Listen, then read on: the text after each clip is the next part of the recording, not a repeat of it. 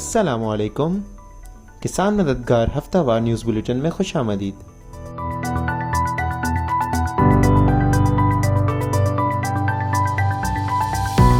Head lines.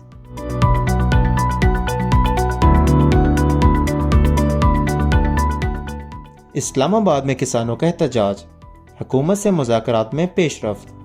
تقریباً ایک ہفتے کے احتجاج اور دھرنوں کے بعد حکومت کے ساتھ مذاکرات میں پیش رفت کے بعد کسان اتحاد کا احتجاج اختتام پذیر ہوا۔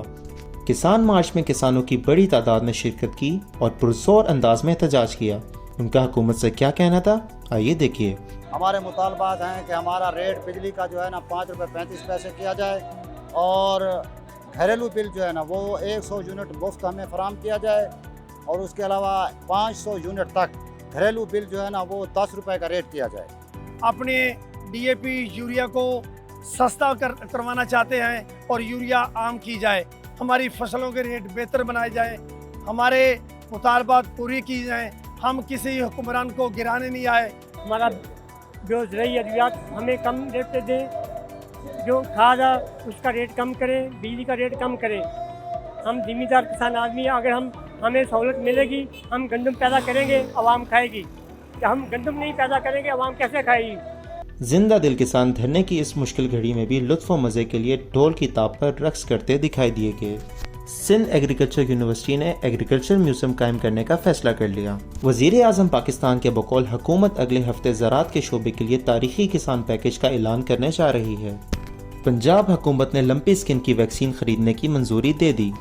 اسٹینڈنگ کمیٹی برائے فائنانس اینڈ ڈیولپمنٹ نے ویکسین کی خریداری کے لیے 1.5 ارب روپے کی سپلیمنٹری گرانٹ منظور کر لی۔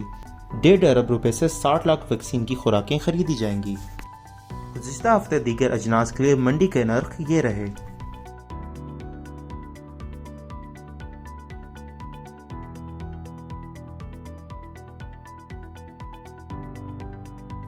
موسم۔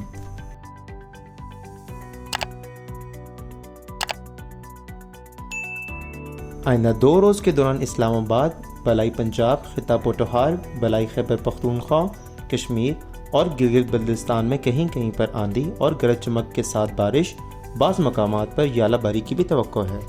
پاکستان کے دیگر شہروں میں اگلے ہفتے کے ممکنہ درجہ حرارت یہ رہنے کے امکان ہیں۔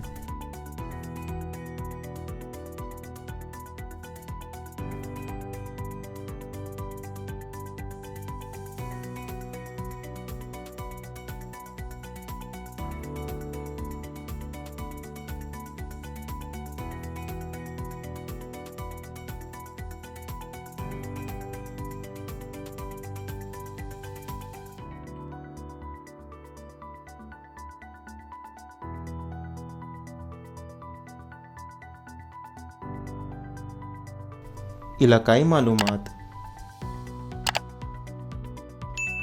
ڈیرہ اسماعیل خان۔ گزشتہ ہفتے فیلڈ وزٹ کے دوران گنے اور چاول کی فصل دیکھنے کو ملی، جہاں زیادہ تر علاقوں میں گنے کی ستمبر کاشت کا آغاز ہو چکا ہے۔ اس کے علاوہ چاول کی فصل کی کٹائی جاری ہے۔